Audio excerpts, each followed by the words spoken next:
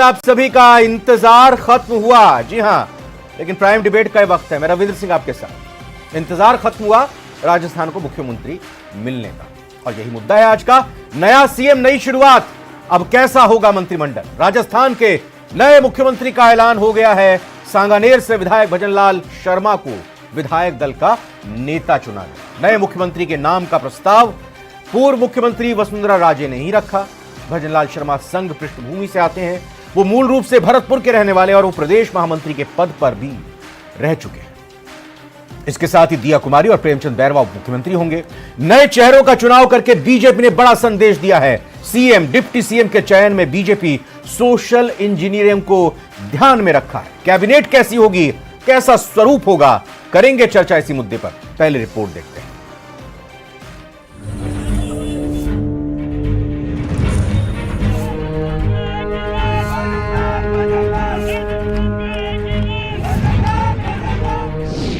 नए मुख्यमंत्री का ऐलान, भजनलाल शर्मा को सीएम पद की कमान। हम राजस्थान का पूरी तरह से सर्वांगीण विकास किसी भी क्षेत्र में हो, निश्चित रूप से हम पूरा करेंगे। दिया कुमारी और प्रेमचंद बैरवा होंगे डिप्टी सीएम। वासुदेव देवनानी होंगे स्पीकर। दो उप मुख्यमंत्री होंगे, श्रीमती दिया सिंह और दूसरे श्री प्रेमचंद बैरवा। भारतीय जनता पार्टी की तरफ से प्रस्तावित है कि वासुदेव जी देवनानी यह स्पीकर होंगे। सीएम, डिप्टी सीएम और स्पीकर के चुनाव में दिखी बीजेपी की सोशल इंजीनियरिंग।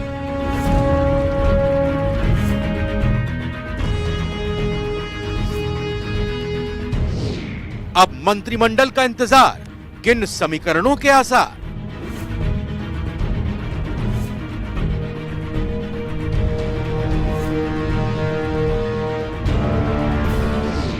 नया सीएम, नई शुरुआत, कैसा होगा मंत्रिमंडल?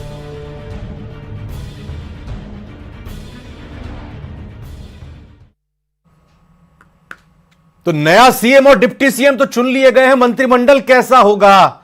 आखिर क्या कारण रहे, क्या समीकरण रहे इनको सीएम और डिप्टी सीएम की चुनौती और यह जिम्मेदारी देने के लिए? और साथ ही साथ चर्चा इस बात की भी होगी कि चुनौतियां आगे क्या हैं इस टीम के सामने, राजस्थान की सरकार के सामने।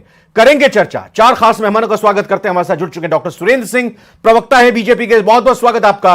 आरसी चौधरी जी, महासचिव हैं पीसीसी कांग्रेस के, बहुत बहुत स्वागत चौधरी साहब आपका। डॉक्टर संजय शर्मा जी, राजनीतिक विश्लेषक, और निरंजन पोद्दार जी, राजनीतिक विश्लेषक, यहां नोएडा स्टूडियो में हमारे साथ मौजूद। बहुत बहुत स्वागत निरंजन जी आपका भी। पहला सवाल सीधा डॉक्टर सुरेंद्र जी आपसे। अब तक तो हमने सुना था, अच्छा पहले जरा ये तस्वीर देख लेते हैं। चूंकि जब कोई बड़ी जिम्मेदारी मिलती है तो ईश्वर के दर पर उनका आशीर्वाद लेने के लिए या अपने जहन में जिनको आप पूछते हैं, जिनको मानते हैं, उनका आशीर्वाद लेने के जाते हैं। तस्वीर एक्सक्लूसिव आपको देखने को मिल रही हैं।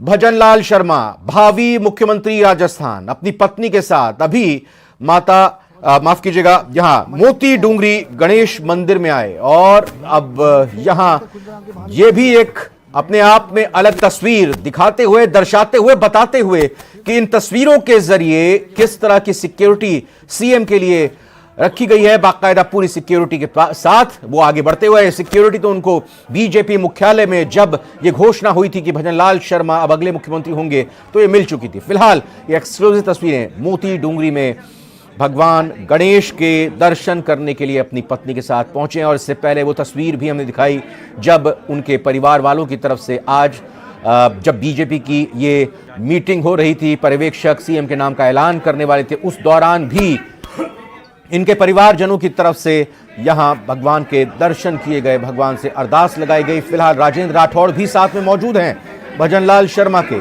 और मोती डूंगरी में भजनलाल शर्मा पहुंचे हैं तो ये उनका परिचय भी आप ग्राफिक्स के जरिए देखेंगे। और साथ ही साथ ये लाइव तस्वीरें, इस वक्त मीडिया का बड़ा जमावड़ा, और न्यूज 18 राजस्थान भी यहां पर मौजूद।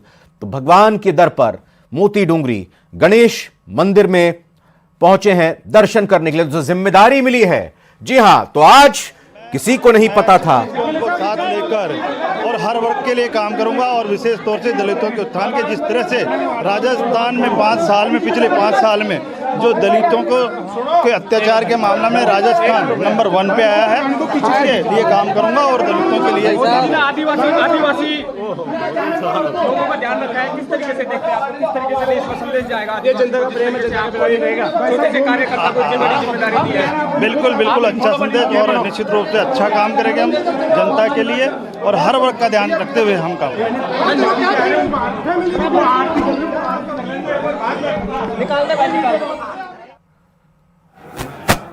तो ये अब मोती डूंगरी की तस्वीर एक बार फिर से आपके सामने है। यहाँ मंदिर में पहुंचे हैं भगवान के दर्शन करने के लिए, आशीर्वाद लेने के लिए। प्रदेश की जनता के लिए मुख्यमंत्री की जो जिम्मेदारी मिली है उसके लिए भगवान को धन्यवाद करने के साथ साथ भगवान से आशीर्वाद प्राप्त करने के लिए कि मुझे आशीर्वाद दें कि आगामी जो चुनौतियां राजस्थान की जनता के हित के लिए काम करने के लिए मुझे मिली हैं, मैं उनका भरपूर तरीके से निर्वहन करूं।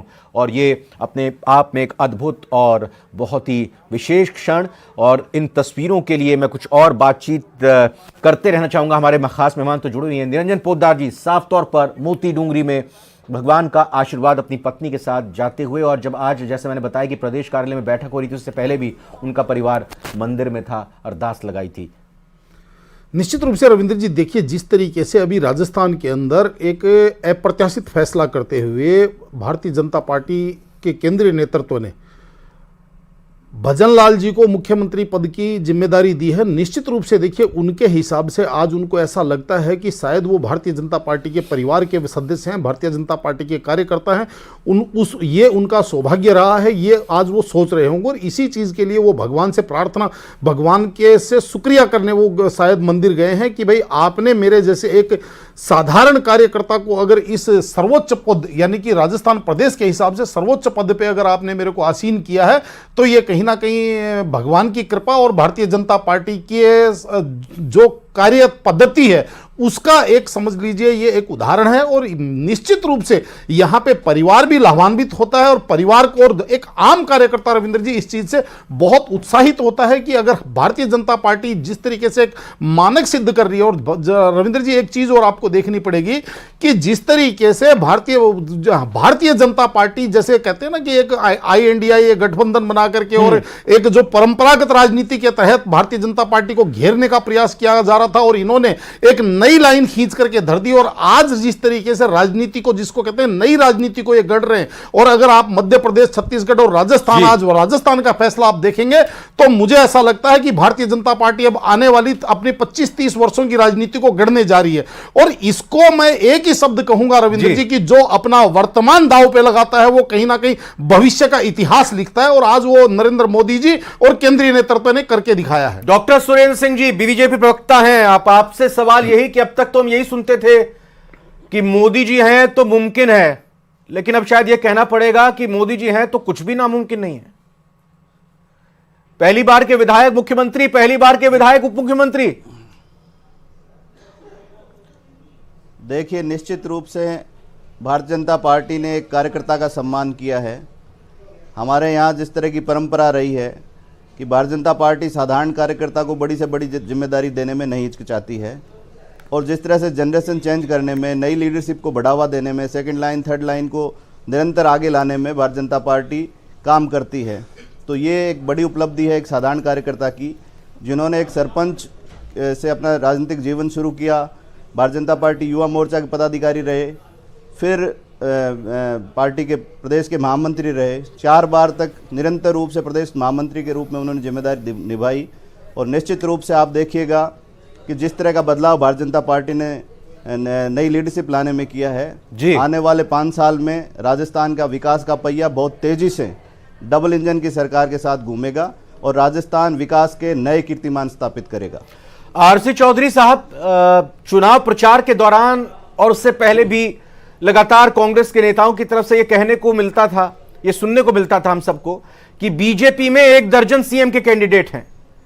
आप ये बताइए, कभी सोचा था कि जो 1 दर्जन सीएम के कैंडिडेट आप माना करते थे, दावेदार समझते थे, उनमें भजनलाल शर्मा जी का नाम था? रविंद्र जी, सबसे पहले तो मैं आज भारतीय जनता पार्टी के विधायक दल का नेता चुने जाने पे भजनलाल शर्मा जी को और उनकी टीम के दिया कुमारी जी और डॉक्टर प्रेम प्रकाश बैरवा जी को हम हार्दिक बधाई और शुभकामनाएं प्रेषित करते हैं।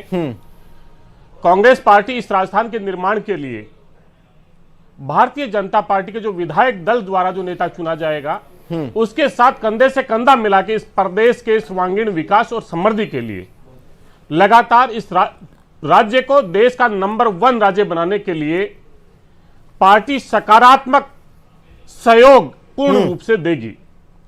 ये जो भारतीय जनता पार्टी के नेताओं की ही महत्वाकांक्षाएं थी, जो अपने आप स्थान को बटोरने के लिए प्रयास करते थे। भारतीय जनता पार्टी का विधायक दल जिसे चुने वो उनका स्वयं का अंदरूनी मामला है, किसे चुने, किसे दायित्व दे, 12 में दे या 115 में दे या उससे बाहर दे, लाने का काम करेंगे। सीपी जोशी जी, आप पार्टी के अध्यक्ष हैं, आपके महामंत्री को ही राजस्थान के सरकार के मुखिया की जिम्मेदारी दी गई है। देखिए, ये मेरे लिए सबसे बड़ी खुशी है कि हमारी टीम के 2 साथी माननीय भजनलाल जी प्रदेश के मुख्यमंत्री बने हैं और दूसरी प्रदेश की महामंत्री माननीय दिया जी वो उप मुख्यमंत्री बनी है। तो मेरे जैसे कार्यकर्ता के लिए इससे बड़ी खुशी क्या हो सकती है कि हमारी टीम के 2 साथियों को 2 बड़ा दायित्व मिला है। तो निश्चित रूप से एक पूरे सिर्फ प्रदेश टीम में नहीं, पूरे प्रदेश के कार्यकर्ता में बहुत ऊर्जा है, उत्साह है। सीपी जी, संगठन को प्राथमिकता दी गई है। बीजेपी में जिसने सोचा भी नहीं था ऐसे व्यक्ति को बनाया गया है मुख्यमंत्री। देखो गाड़ी फंसला हो गया आपके।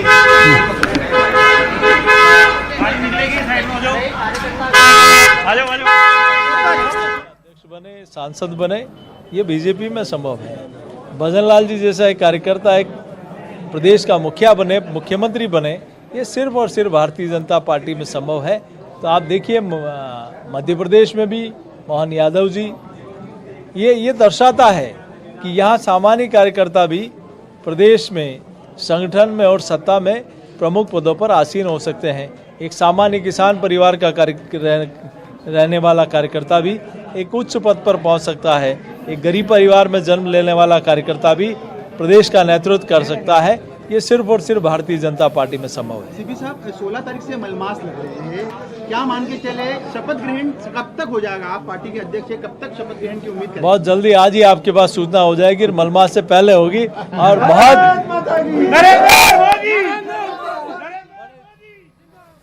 जोश और उत्साह के साथ होगी।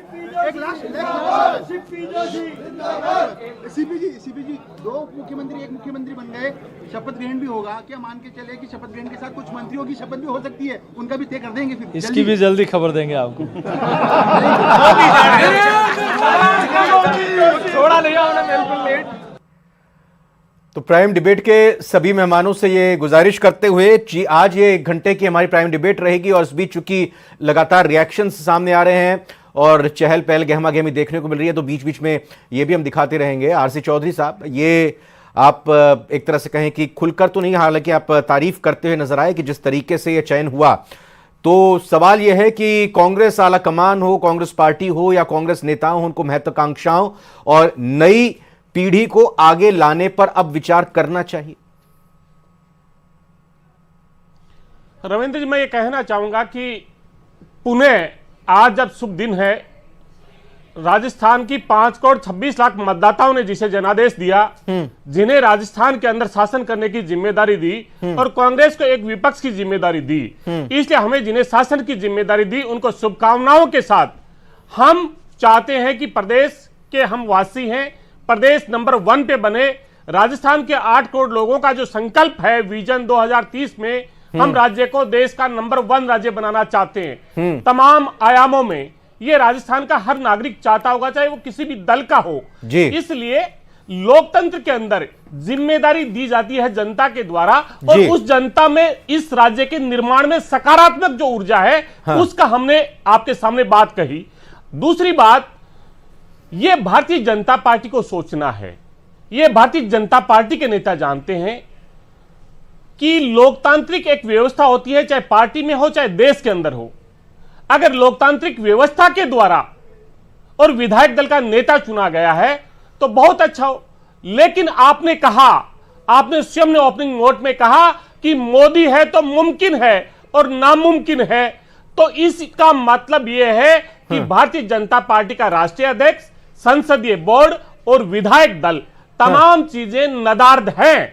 प्रधानमंत्री जिसको चाहे उठाएं और जो चाहे वो बनाए। मैं अब आपकी बात को बीच में रोकते हुए ये कहूंगा, वैसे इसका जवाब तो मुझे लगता है कि खुद ही बीजेपी प्रवक्ता डॉक्टर सुरेंद्र कहेंगे, लेकिन चूंकि आपने मेरे शब्दों का उल्लेख किया तो इसलिए मैं ये कह रहा हूं कि मोदी हैं तो मुमकिन है और मोदी हैं तो कुछ भी नामुमकिन। यह संदर्भ में कहा गया कि राजनाथ सिंह जी ने जब बयान दिया कि खुद वसुंधरा राजे ने भजनलाल शर्मा जी के नाम की प्रस्तावना की और उससे पहले उन्होंने आधा दर्जन बीजेपी के विधायकों का जिक्र किया जिन्होंने कहा कि भजनलाल शर्मा को विधायक बनाया जाना चाहिए। मैंने इस संदर्भ में कहा कि मुमकिन है और कुछ भी नामुमकिन नहीं है कि एक बीजेपी में कांग्रेस की तरह नहीं हुआ कि यहां पर पता ही नहीं चल रहा और यूनाइटेड कलर्स ऑफ राजस्थान दिखाए गए 5 साल क्या कुछ हुआ। डॉक्टर सुरेंद्र, आप जरा कुछ बोलिएगा। आरसी चौधरी साहब ने कहा, मैंने अपनी तरफ से तो बात रखी। देखिए, निश्चित रूप से लोकतांत्रिक तरीके से उनका चयन हुआ है। राजनाथ सिंह जी ने विधायक दल की बैठक में 1 to 1 सभी विधायकों से बात की है और खुद पूर्व मुख्यमंत्री वसुंधरा राजे जी ने उनके नाम का प्रस्ताव रखा और समर्थन किया। मैं मेरे मित्र आरसी चौधरी जी को याद दिलाना चाहूंगा कि 2018 में जब विधायक दल का चयन हुआ, अशोक गहलोत जी को जब इन्होंने नेता चुना, उसके बाद में राजस्थान में कितनी जगह तो पटरियां उखाड़ी गई, कितनी जगह सड़कें रोकी गई और जिस तरह का तांडव कांग्रेस के कार्यकर्ताओं ने किया वो हमसे किसी से छुपा नहीं है। लेकिन इसके विपरीत भारतीय जनता पार्टी का जो अनुशासन है और इंटरनल डेमोक्रेसी है, जो आंतरिक लोकतंत्र है, वो उसकी खूबसूरती देखिए कि मीडिया बिरादरी के लोग या विपक्ष के लोग जिस तरह के अनर्गल बातें चला रहे थे कि इतने चेहरे हैं उतने चेहरे हैं, बिल्कुल स्मूथली जी बहुत ही सौहार्द के साथ पूर्व मुख्यमंत्री जी ने उनके नाम का प्रस्ताव रखा और सामूहिक रूप से, सामूहिक निर्णय के रूप में, एक कलेक्टिव लीडरशिप, एक कलेक्टिव डिसीजन के रूप में उनके नाम का चयन किया गया। इसे भारतीय जनता पार्टी की लोकतंत्र की खूबसूरती कहिएगा और मैं आप भरोसा रखिए जिस तरह से स्मूथली चयन हुआ है उसी तरह से आगे के जो 5 साल हैं उनकी तरह सिर्फ फुटबॉल की तरह नहीं गुजरने वाले हैं। डॉक्टर संजय शर्मा जी, आरसी चौधरी साहब ने कहा कि एक मजबूत विपक्ष की हम भूमिका राजस्थान को आगे ले जाने के लिए निभाएंगे, तो क्या आपको लग रहा है ये बात सिर्फ कहने की ही है या फिर अभी कमजोर कांग्रेस विपक्ष के तौर पर नहीं है? 70 अगर उसमें एक आरएलडी के भी जोड़ दिए जाए तो क्या ये सिर्फ कहने को ही है चौधरी साहब की तरफ से कि हम बहुत सहजता तरीके से और ये सकारात्मक तरीके से विपक्षी भूमिका निभाएंगे और मिलजुल कर काम करेंगे, या फिर आगे बहुत रंग देखने बाकी हैं? देखिए, मुझे ऐसा लगता है कि अगर हम पार्लियामेंट्री सिस्टम को समझते हैं तो जितना हमें टेलीविज़न पे शोर सुनाई देता है पक्ष विपक्ष के लोगों के बीच, वो असेंबली और पार्लियामेंट्री सिस्टम में होता नहीं है। वहाँ कमिटीज़ होती हैं और एक एक बात पे चर्चा होके काफ़ी कुछ मामले, ज़्यादातर मामले सुलझा लिए जाते हैं और एक आम सहमति बन जाती है। मत विभाजन भी होता है, उसके बाद भी वो एक तरह का साउंड डायलॉग बना रहना चाहिए जी। तो मैं एक बात तो आरसी चौधरी जी का स्वागत करूंगा कि उन्होंने पहले दिन से ये बात कही है कि हम सकारात्मक सहयोग करने की कोशिश करेंगे। और जहाँ तक उनके कौशल की बात है तो देखिए, उनकी जो मुझे कई कारण लगे उनको बनाने के, हालांकि किसी को नहीं पता था। देखिए, बीजेपी जिस तरह से प्लान कर रही है, आपने कई बार सुना होगा कि अमित शाह जी ने कहा कि हम अगले 50 साल नहीं जाने वाले। उनका सोच ये है कि बूथ पर यूथ अगर हमने मजबूत कर लिया तो हम इस सारी जो प्रक्रिया है इसको अब कंट्रोल कर सकते हैं। भजनलाल शर्मा जी की जो बैकग्राउंड है वो बहुत ही साधारण बैकग्राउंड है। वो सरपंच का चुनाव जीते, उन्होंने डिस्ट्रिक्ट लेवल पे भरतपुर में विद्यार्थी परिषद की बहुत सारी जिम्मेदारी निभाई, जिसका मतलब आरएसएस से भी उनके संबंध अच्छे थे। 3 बार जिलाध्यक्ष रहे, वो महामंत्री रहे और युवा मोर्चा में भी थे और इसी तरह वो 3-4 बार यहाँ महामंत्री। तो पहली बात तो वो पहली बार के एमएलए कहना थोड़ा सा उनके काम को नकारना होगा, क्योंकि देखिए हम सब लोग, आप देखिए कि जब पहली बार अटल बिहारी वाजपेयी बने, भैरव सिंह जी बने, तो क्या था, वो उस टाइम उनका सरकार चलाने का अनुभव नहीं था। अब बीजेपी के पास एक कलेक्टिव अनुभव है जो केंद्र से भी आता है, उनको गाइडेंस मिलेगी, सीनियर लीडर्स हैं, उनको वो होता है। एक बात जो बूथ पे यूथ की मैंने बात बोली, उसका एक कारण ये भी होता है कि अगर आप बूथ पर कंट्रोल कर गए तो जो चुनौतियां कोई आ सकती हैं कहीं से भी जी, राजनीतिक चुनौतियां आ सकती हैं, उनको हल्का किया जा सकता है। और भजन लाल जी इस मामले में मुझे लगता है काफ़ी वेल प्लेस्ड हैं, क्योंकि वो संगठन का पूरी बैकिंग है उनके पीछे।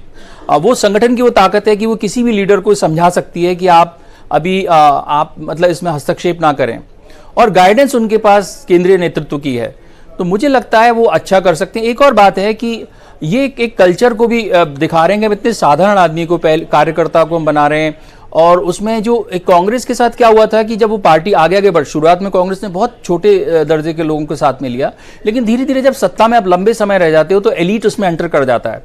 तो बीजेपी आज भी ये संकेत दे रही है बार बार कि हम बिल्कुल साधारण आदमी को मौका देंगे, इससे कार्यकर्ताओं में उत्साह बढ़ेगा, जैसे हमारे बीजेपी के साथी बोल रहे थे।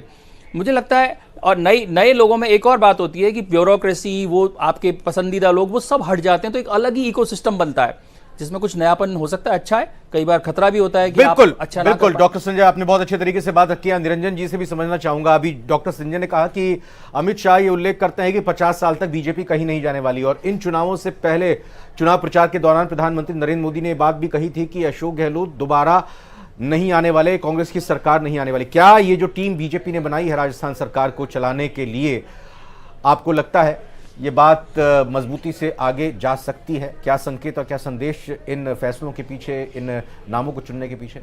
निश्चित रूप से रविंद्र जी, आपने देखा होगा कि भारतीय जनता पार्टी, भी मैंने जैसे पूर्व में कहा कि भारतीय जनता पार्टी जिस तरीके के अब ये फैसले कर रही है, ये आने वाले 25-30 सालों की राजनीति कर रही है।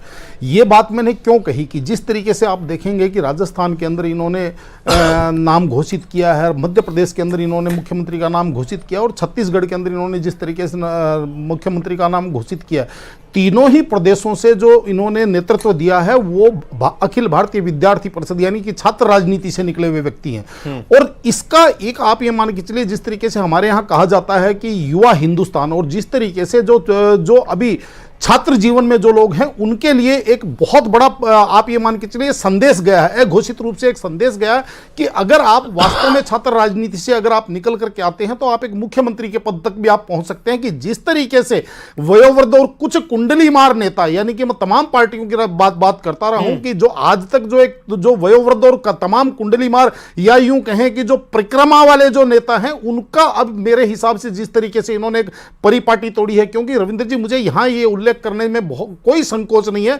आरसी चौधरी जी जैसे विद्वान और सुलझे हुए प्रवक्ता ने जिस तरीके से आज स्टेटमेंट दिया है, मेरे हिसाब से कांग्रेस के अंदर कुछ चुनिंदा शालीन प्रवक्ताओं में से एक मैं इनको मानता हूं। लेकिन फिर भी आप इस चीज को समझिए कि जिस तरीके से राजस्थान के अंदर 2018 के अंदर यूथ के नाम पे सचिन पायलट जी ने कांग्रेस को बहुमत तक पहुंचाया था, और उसके बाद में जो सरकार की छीना झपटी चलती रही पूरे 4 साल राजस्थान ने देखा, और यही कदाचित स्थिति एक आप ये मान के चलिए मध्य प्रदेश की रही, यही कदाचित स्थिति छत्तीसगढ़ की रही, और पंजाब के अंदर तो इस छीना झपटी में इन्होंने आम आदमी पार्टी को अपनी पूरी की पूरी सरकार थाली में सजा करके दे दी थी। केवल एक तेलंगाना की आप बात कह सकते हैं कि जहां पे बिना किसी विवाद के इन्होंने अपना फैसला कर लिया, अन्यथा कर्नाटक के अंदर भी आपने देखा। आश्वस्त है, मतलब आपको लग रहा है कि अगर ये मुख्यमंत्री के नाम का ऐलान हुआ, डिप्टी सीएम के नाम का ऐलान हुआ, अभी चूंकि आगे तो सरकार चलेगी, स्मूथली रहेगा सब कुछ?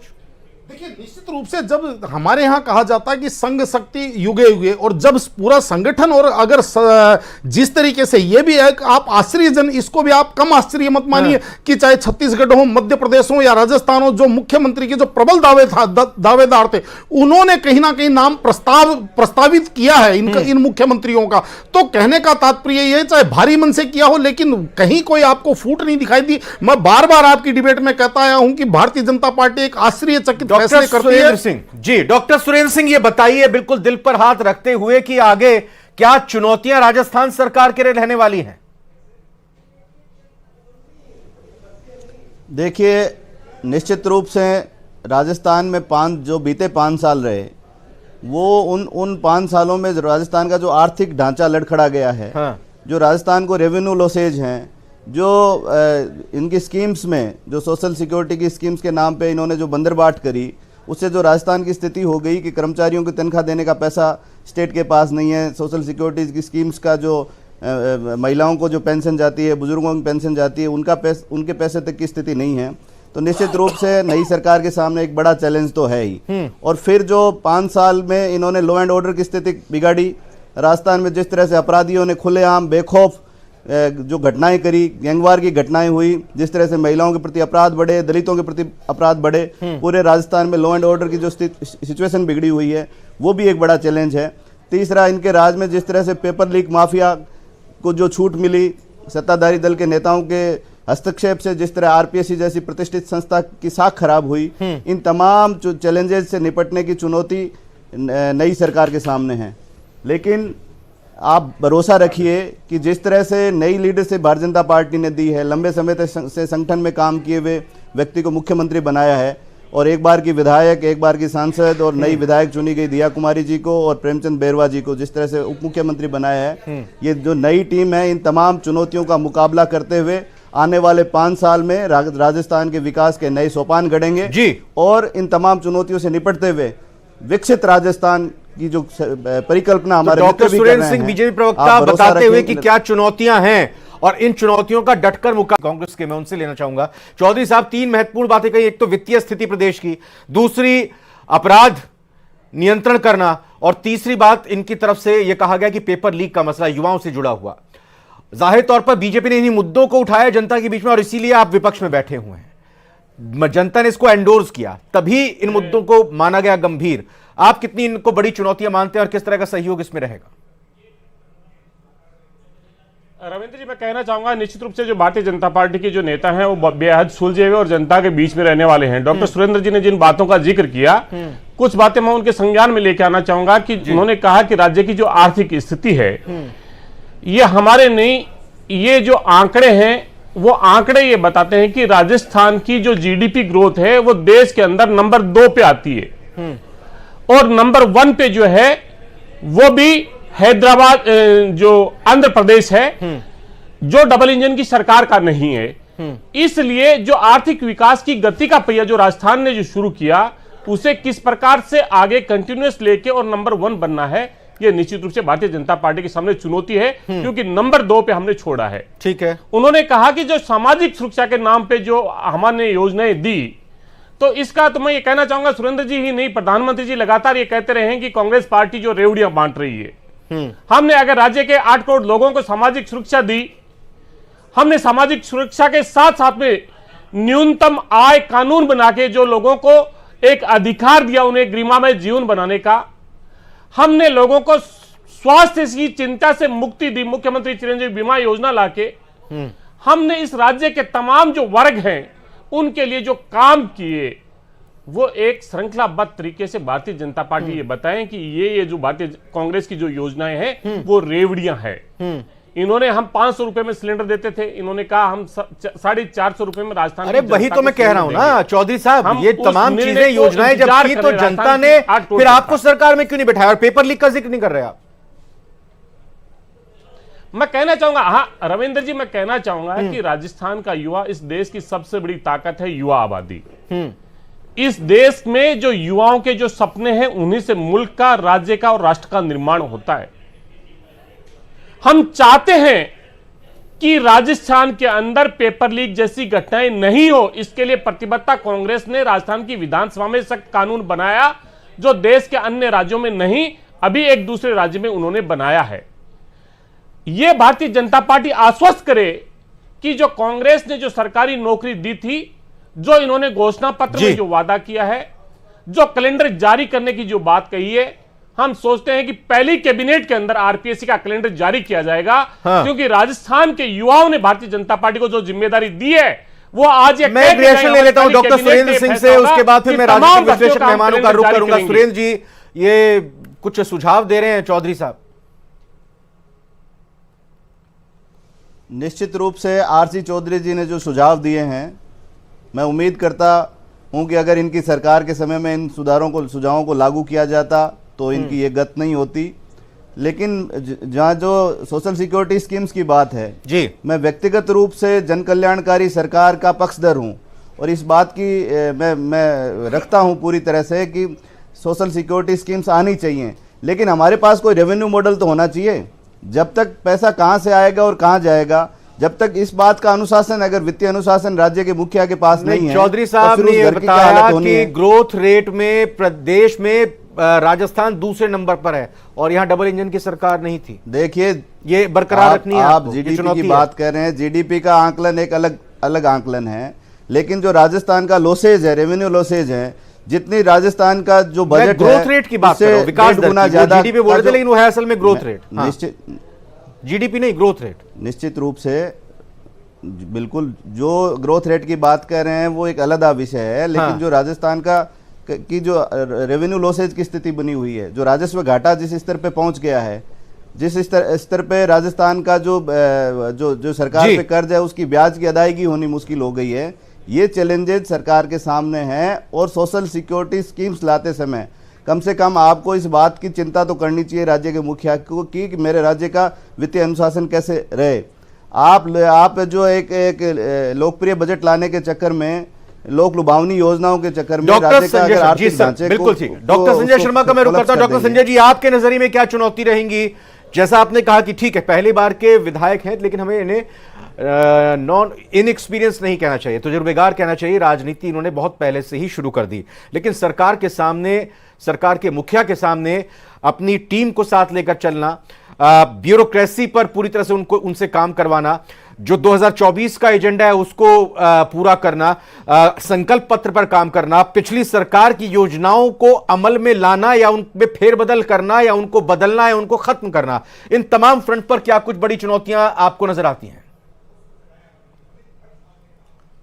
देखिए, ये थोड़ा विजन का भी फर्क है।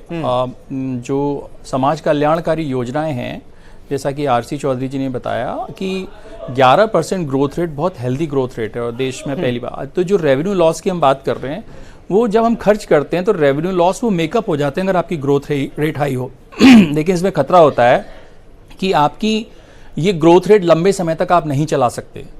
लेकिन एक दुनिया में एक विजन बन रहा है। देखिए, आपको मान के चलना पड़ेगा कि हमारा जो दुनिया बन रही है वो जलवायु परिवर्तन की वजह से जिस तरह की एक तरह से विसंगतियां लाने वाली है, उसमें जिस तथाकथित आर्थिक मॉडल की बात की है वो चलेगा नहीं।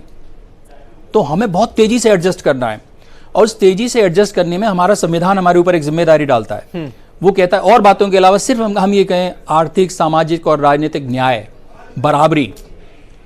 अगर आप सरकार चला रहे हैं और आप इस तरफ काम नहीं कर रहे तो आप क्यों सरकार हैं? आप संविधान की जिम्मेदारी नहीं निभा रहे। और आपसे भी यही कहें, फिर आप देखिए, एक एफिशिएंट सरकार बनाने के लिए 3 चीजें बहुत जरूरी होती हैं। एक, आप शिक्षा में अच्छा इन्वेस्ट करें। ये पूरी दुनिया भर के मॉडल हैं, दुनिया के बेस्ट हैप्पीएस्ट जो कंट्रीज हैं उनका मॉडल ये है। शिक्षा, स्वास्थ्य। आप शिक्षा में इन्वेस्ट करें, लोगों के स्वास्थ्य की गारंटी दें और न्याय की गारंटी दें। तो होता क्या है, जैसे 70% जो रेवेन्यू आमतौर पर किसी सरकार का वो इन 3 विभागों के ऊपर जाता है, शिक्षा, स्वास्थ्य और पुलिसिंग एंड जुडिशरी।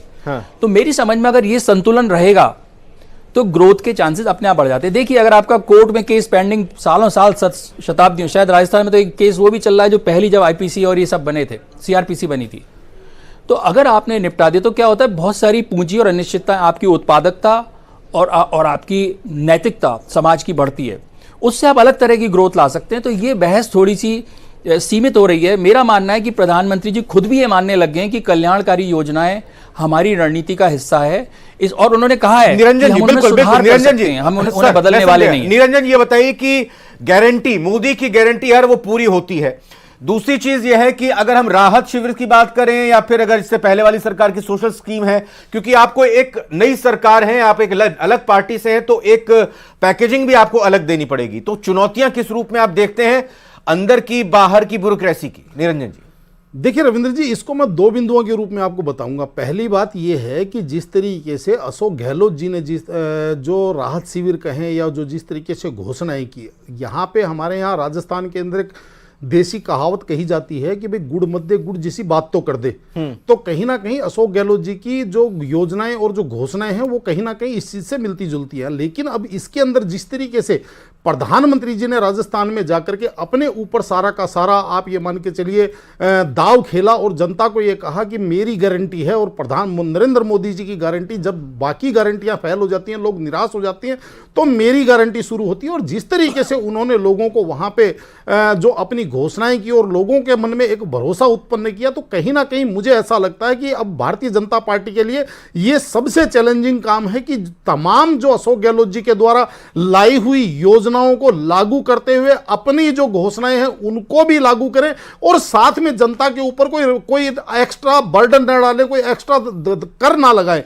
तो ये एक बहुत बड़ी चुनौती है। लेकिन वास्तव में ये है कि जिस तरीके से हम ये मानते हैं कि भाई ये एक इंजन और जुड़ गया, कि जिस तरीके से डबल इंजन की सरकार बोली जाती है, केंद्र का इनको पूरा सहयोग मिलेगा, क्योंकि जो मुख्यमंत्री है वो भी केंद्र की तरफ से पसंद करके भेजे गए मुख्यमंत्री है, तो निश्चित रूप से सहयोग मिलेगा। और देखिए, आसान भी हमारे यहां कहा जाता है कि आशाएं जो है वो भविष्य और आदमी के जीवन का एक पर्याय होती है। लेकिन यहां पे एक दूसरी बात और मैं कहूंगा, रविंद्र जी आप मुझे 30 सेकंड का समय देख के चलिए।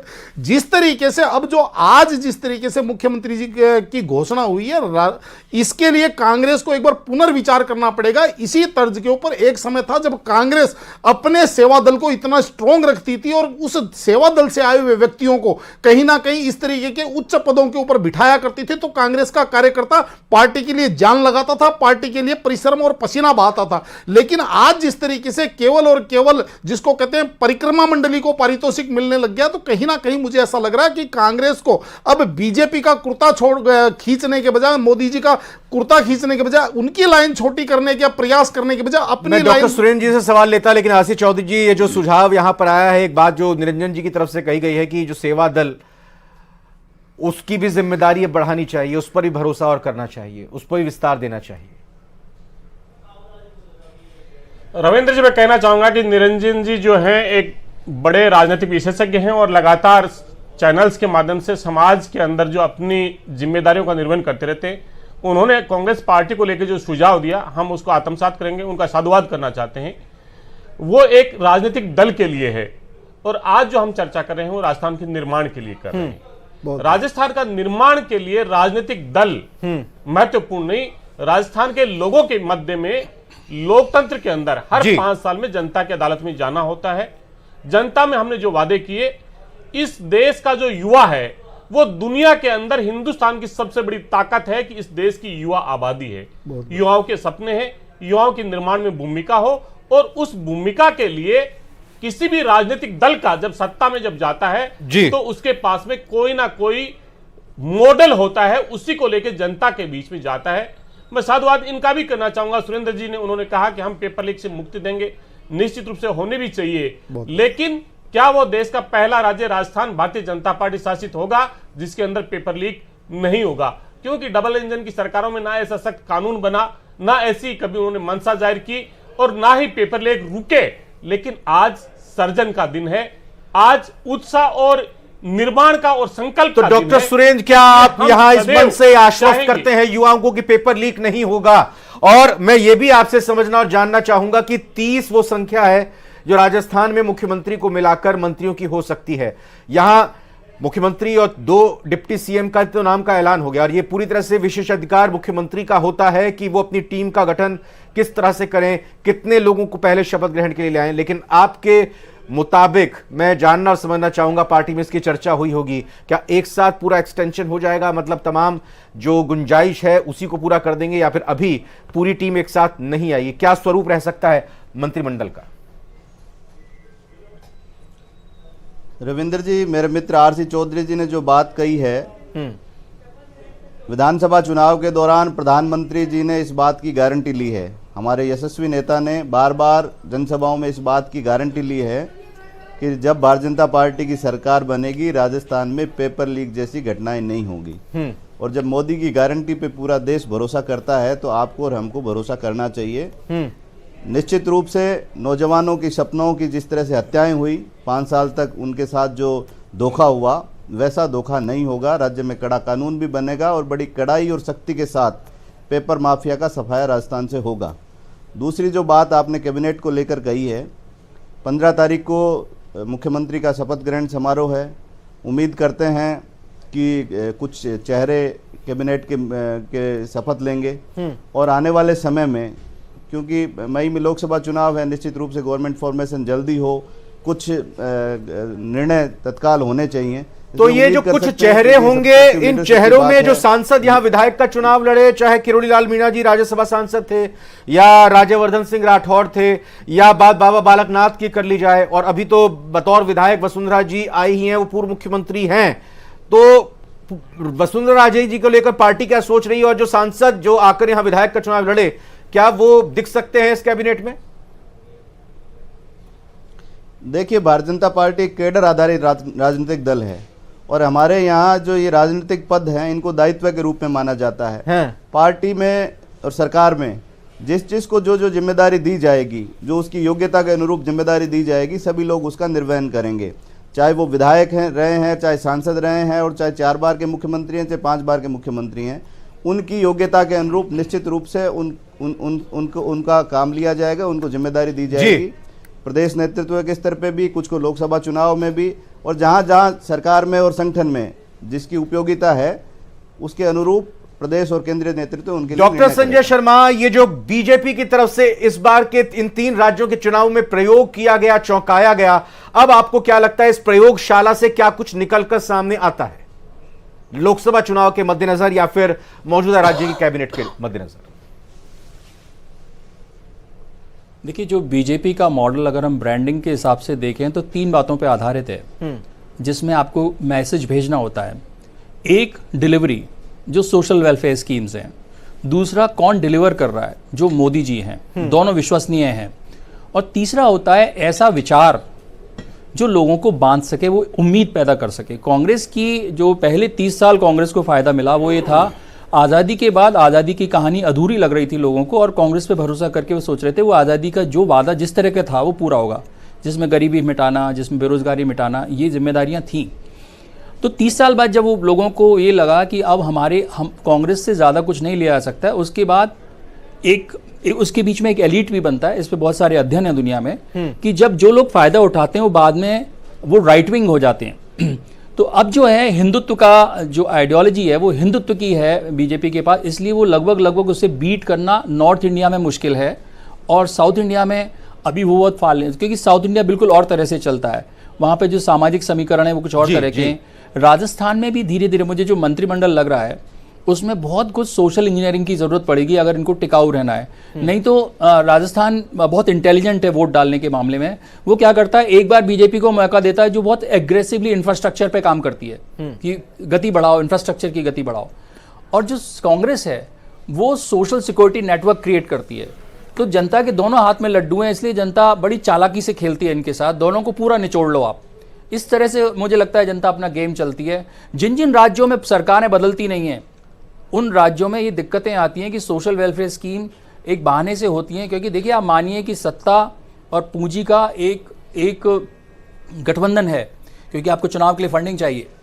वो पूंजी का गठबंधन उस हद तक आपको टैक्स रेवेन्यू को लोगों में बांटने नहीं देता, बराबरी नहीं आने देता, जिससे उसको लेबर महंगी ना पड़ जाए। बिल्कुल सही बात। तो इसको समझते हुए मुझे लगता है जी।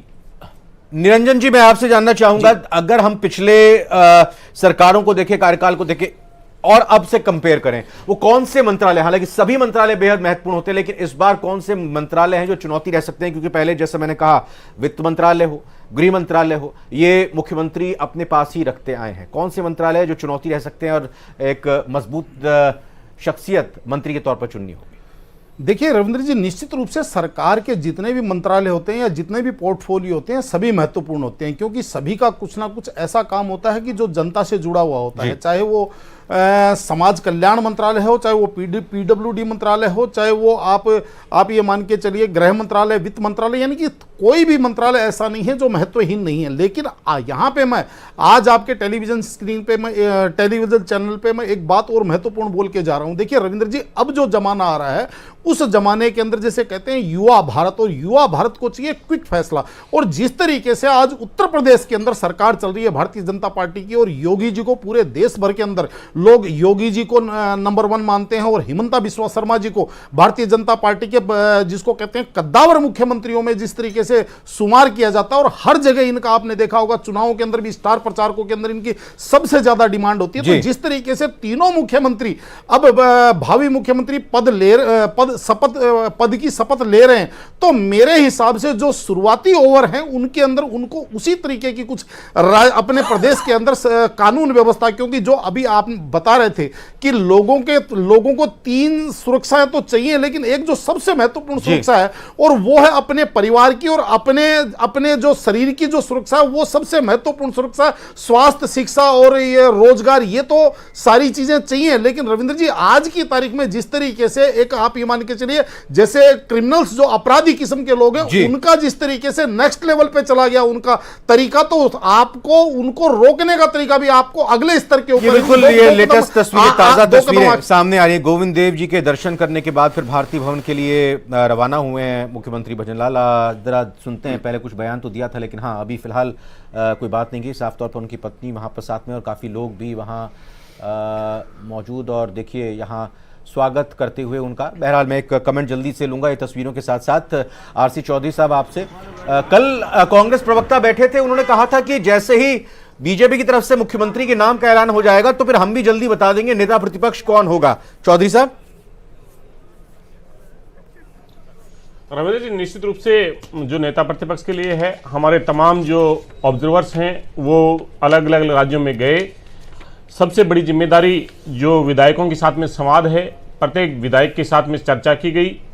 सरकार जहां पे बनी वहां पे हमने मुख्यमंत्री के लिए जो अभी आपने कहा था कि आखिर इंतजार खत्म हुआ, वो हमने लोगों को ऐसा सरप्राइज कराने के लिए इंतजार नहीं कराया। राजस्थान की विधानसभा के लोगों को आदत पड़ गई है इंतजार की। चौधरी साहब क्यों बताइए अब आप। रविंद्र जी, हाँ, रविंद्र जी आज इस पे कोई ज्यादा ठीक नहीं, लेकिन आपने कहा था इसलिए मैं कह रहा हूं कि इंतजार जब नेता प्रतिपक्ष के लिए कितना इंतजार करना पड़ेगा, थोड़ा बता दीजिए। लेकिन मैं कह रहा हूं कि प्रतिपक्ष के लिए कोई इंतजार नहीं करना पड़ेगा। जब ये विधानसभा का सत्र शुरू करेंगे उसके अंदर हमारे नेता प्रतिपक्ष जी, हमारे जो सचेतक और उपनेता हैं, वो सदन के अंदर जनता की आवाज को मुखर करने के लिए तैयार। क्योंकि मुझे पता है, मैंने पहले सवाल तो किया था डॉक्टर सुरेंद्र से, उन्होंने जवाब नहीं दिया। संजय जी और निरंजन जी, एक 10-10 सेकंड का कमेंट आपसे चाहूंगा। वसुंधरा राजे जी, उनकी भूमिका क्या रह सकती है आगे? एक कमेंट पहले आप दे दीजिए संजय जी, फिर निरंजन जी आप। देखिए, वसुंधरा राजे जी को बिल्कुल शुरुआती दौर में इग्नोर करना लगभग असंभव है।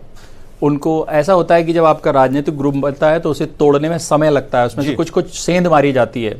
बीजेपी वही प्रयास करेगी, उनके कुछ लॉयलिस्ट में से अपने साथ मिला लो, फिर कुछ लोगों को छोड़ दो। और जो राजस्थान की एक परंपरा रही है कि पूरी कैबिनेट नहीं बनाते, वो कई सीट खाली छोड़ देते हैं, जिससे वो रिवॉल्विंग जो डोर है वो सबको ऐसा लगे। बोर्ड और निगम के पद तो हैं ही, कांग्रेस की तरफ से तो लास्ट मोमेंट तक भरे गए थे। नहीं, मंत्रिमंडल का निरंजन मंत्रिमंडल का भी रिवॉल्विंग डोर है वो। देखिए रविंद्र जी, मेरा ये मानना है कि वसुंधरा राजे जी बहुत परिपक्व नेता हैं और उनको पता है कि अब राजस्थान का मुख्यमंत्री पद उनके लिए अतीत की बात हो गई है। लेकिन भारतीय जनता पार्टी के अंदर पुरस्कारों की कमी